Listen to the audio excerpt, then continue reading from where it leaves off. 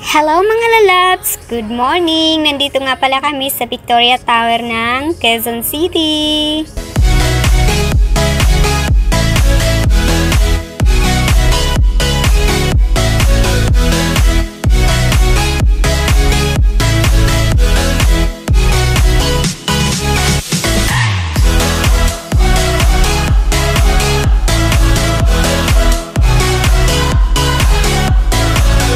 Hello po sa lahat. For today's video po, dito muna tayo ngayon sa Empowered Consumerism para bumili po ng global package para sa aking business partners.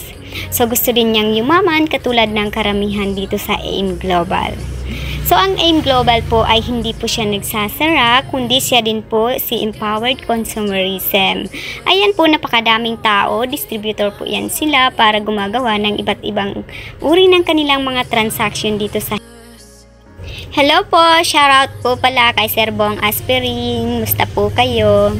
So guys, dito po natin makikita yung iba't ibang klase ng aming products. Ayan po, nasa wall po siya. Ayan po, sobrang mabenta po yan. Ayan din po yung bago naming product na iGlow.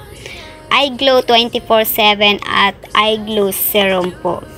So, ayan guys, anytime pwede po kayo mamasyal sa aming head office at tapos na po ang aking transaction kaya lumabas na po kami ng aking business partner. So, napag-isipan po namin pumunta muna ng Robinson Galleria, ang pinakamalaking Robinson sa Maynila para po sa akin yon. Aywan ko lang po sa iba kung may nakikita pa kayong ibang malaking Robinson, para sa akin ito lang, nag-isang napakalaking Robinson Galleria sa Ortegas. So, ayun, sabi ko sa kanila ay mag-iikot-ikot muna kami or ipag-shopping muna nila ako. Char! Wala pong ganun yun. So, para sa akin po, gusto ko ma-enjoy nila yung oras nila habang nasa Maynila kami. Sabi ko sa kanila, i-treat muna nila ang kanilang mga sarili, pag-shopping nila, kung anong gusto nila.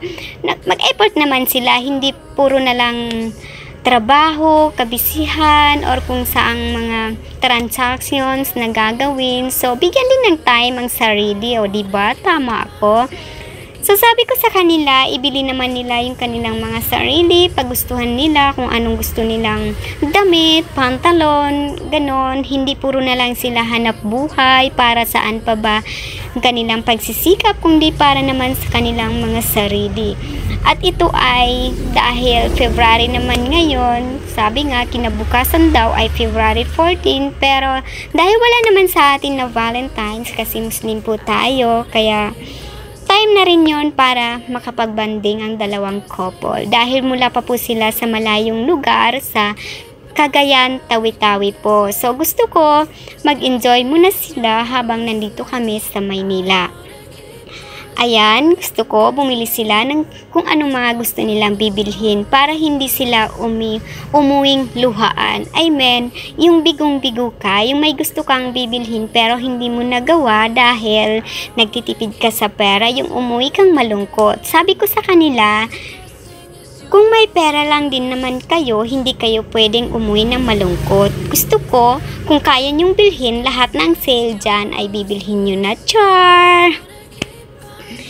So, ayun na, iba nga yung plano. Bumili kami ng rice cooker para sa aming pagkain sa condo kasi wala po kaming malulutuan. Sabi namin, iuwi na lang namin sa bahay. So, ayan, bumili nga kami. Nawala tuloy sa budget. Pero ayos lang, isa din yan sa mga collections ng gamit sa bahay. At saka wala naman daw silang rice cooker at malapit ng Ramadan. O, diba? So, ayun, akala ko nga ba ay tapos na kami pero may karugtong pa pala. Sabi ko, sige lang, enjoy lang. Hahanap daw siya ng bag. So, sabi ko dito tayo sa... So, ayun guys, nasa bag area na nga kami. Sabi ko sa kanya, pili lang siya ng pili, bili lang siya ng bili hanggat kaya ng kanyang bulsa. Ang sobrang daming sale guys dito. So, ang gaganda. Kaya lang kapag wala tayong pera guys, ay sadyang nasasaktan talaga tayo. Dahil wala tayong pambili. Char! May ganon. Sobrang dami pong pagpipilian kaya masasabi ko isang napakalaking Robinson dito dahil sa department store pa lang po, grabe kalawak at ang dami-daming iba't ibang uri ng item na gusto nating pagpipilian. Ayan, may 50% off na po yan.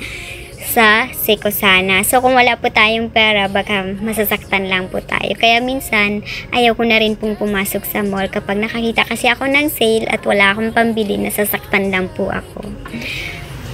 Pero ngayon, si Madam, hindi po yan siya nasasaktan dahil sabi ko sa kanya, kapag gusto niya ay bibilhin niya. Kaya, sigurado ako, makakabili talaga yan siya. So, ayan guys, sobrang dami talaga ng pagpipili ang item. So, nakaramdam na rin ako ng konting pagod, kaya naglakad-lakad muna ako saglit. Sa wakas ay natapos na din si Madam at nagbayad na siya gamit ang GoTime Bank niya. Social ano. Akala ko ba naman tapos na yon, mayroon pa pala. Nakita kasi ni bro yung paborito niyang brand jug, kaya gusto niya rin bumili ng jug. Sabi ko, sige lang, go lang. Total, maaga pa din naman. At saka wala naman talagang gabi dito sa Maynila. Anytime gusto nating umuwi, pwede kahit umaga na. O diba? At grabe guys, hindi lang isa yung binili niya, kundi dalawa at the same brand. Talagang sobrang favorite niya yung jug. Ayan, super pili po talaga niya kasi isa rin po siyang klaseng tao na mapili din talaga sa klase ng tela, ganon. Hindi siya basta-basta bumili lang kahit gustong-gusto niya yung brand. At hindi pa siya kontento sa size niya guys. Ayan, sinukat pa niya sa leeg kasi dyan daw mababasihan ang tamang size ayon sa mga paniniwala ng Pinoy. O diba? Ayan.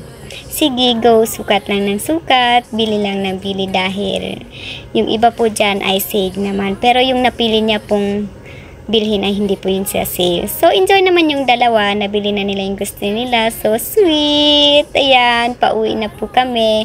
Pero bago ang lahat ay dinala ko muna po sila sa Krispy Kreme dahil nagugutom na po ako at nakaramdam na ako ng pagod sa kakaikot namin. Sabi ko sa kanila, magmerenda muna tayo.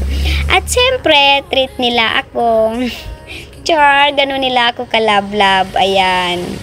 Dahil pagod na kami, nagmerenda muna kami sa Krispy Kreme. Isa sa mga paborito kong donut dito sa Maynila. Dahil wala po yan sa Palawan, dito lang po yan sa Maynila, kaya lubos-lubusin na natin bago kami umuwi sa Victoria. Napakasarap din po ng kanilang juice at saka donut. Ayan. At nagustuhan din ng dalawa. So, ayun guys, umuwi na nga kami. Siguro mga 11 PM na po dito sa Victoria Tower at sa Quezon City. Maraming salamat po sa mga sumusuport sa akin. Bye!